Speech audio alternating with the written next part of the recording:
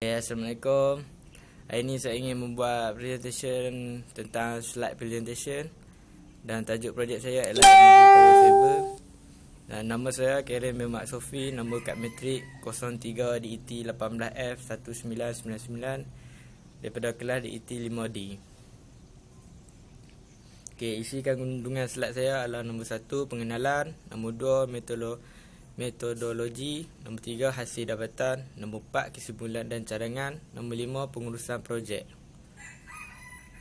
Pengenalan. Semakin hari teknologi semakin berkembang pesat dan perkembangan ini melibatkan sektor kejuruteraan secara keseluruhannya. Perkembangan teknologi ini adalah bertujuan untuk memenuhi kehendak pengguna dan pasaran semasa. Kehendak-kehendak ini diwujudkan dengan memenuhi tuntutan dari segi keselesaan, kemudahan dan keselamatan pengguna. Ketiga-tiga elemen ini menjadi faktor untuk penambahbaikan untuk sesuatu projek yang ada kepada projek yang lebih mesra pengguna. Melihat kepada projek energy saver yang sedia ada, hasilnya idea untuk memperbaharui sistem automatic room light yang sedia ada kepada automatic room light yang dapat digunakan dalam kawasan berian seperti di bilik, garaj, kereta, store dan yang lebih mesra dan sistematik.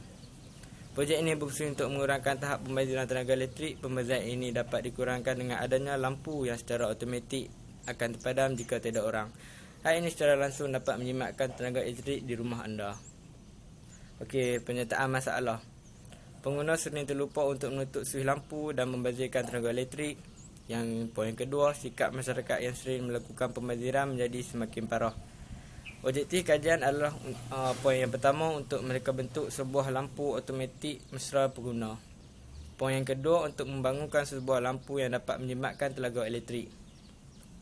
Skop kajian saya adalah: poin yang pertama, PIR sensor yang dilaraskan antara 2 saat akan menyalakan lampu jika ada pergerakan, dan selepas 2 saat tiada pergerakan, lampu akan terpadam.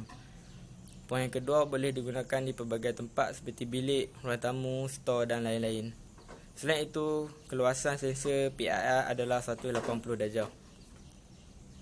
Metodologi projek ini adalah: pendahuluan pengajian ini merupakan satu kajian kes mengenai lampu yang menggunakan sensor yang direka untuk menggantikan lampu biasa yang sudah ada. Selain itu, projek ini juga mesra pengguna dan dapat memudahkan pengguna untuk menggunakannya. Seterusnya, gabungan PIR sensor dan mentol jenis LED akan lebih menjimatkan tenaga dan menjadikan lampu automatik. Pengguna tidak perlu lagi risau jika pengguna terlupa untuk menutup suis lampu, kerana lampu hanya akan menyala jika mengesan sebarang pergerakan sahaja. Ini contoh lakaran reka bentuk projek. Ini adalah hasil lakaran reka bentuk untuk automatic room light yang energy power saver. Projek ini dihasilkan menggunakan bekas lampu terpakai yang ada untuk diubah suai. Serta alih penghasilan energy power saver. Yang mula, membahagikan kerja mengikut minggu. Di bawahnya adalah analisis komponen serta fungsinya, lakaran projek dan hantar laporan, lakaran data skematik, dalam perisian, uji kalibrasi di antara software Arduino yang digunakan dalam projek, menguji automatic room light ataupun energy power saver, dan tamat. Blok diagram. Diagram ada PAR, supply, Arduino Uno, PIR sensor dan lampu.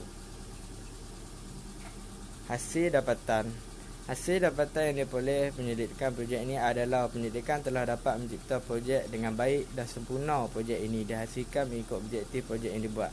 Dalam hasil dapatan, penyelidik akan menceritakan tentang fungsi projek, kelebihan projek dan kekurangan. Selain itu, penyelidik juga menunjukkan rajah data skematik projek dan barang-barang untuk memastikan automatic lightroom.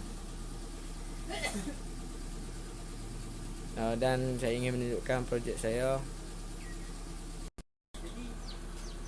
Ini adalah projek saya yang menggunakan LED dan penutup ataupun lampu penutup, dan PIR sensor dan Arduino di dalamnya.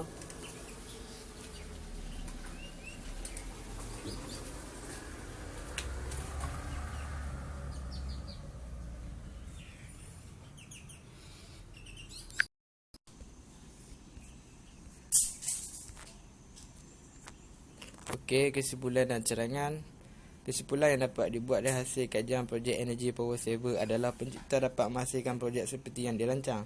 Dalam bab ini, pencipta telah menerangkan kesimpulan dari awal penciptaan projek hingga siap. Cadangan untuk projek ini adalah menambahkan sensor PIR yang dapat mengesan pedakan yang lebih luas daripada yang asal, iaitu hanya 180 darjah saja.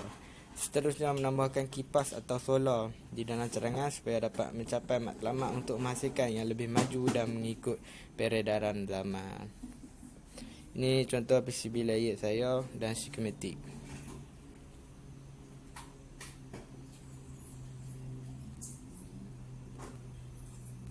Okey, sekian itu daripada saya, daripada slide presentation. Terima kasih dan Assalamualaikum.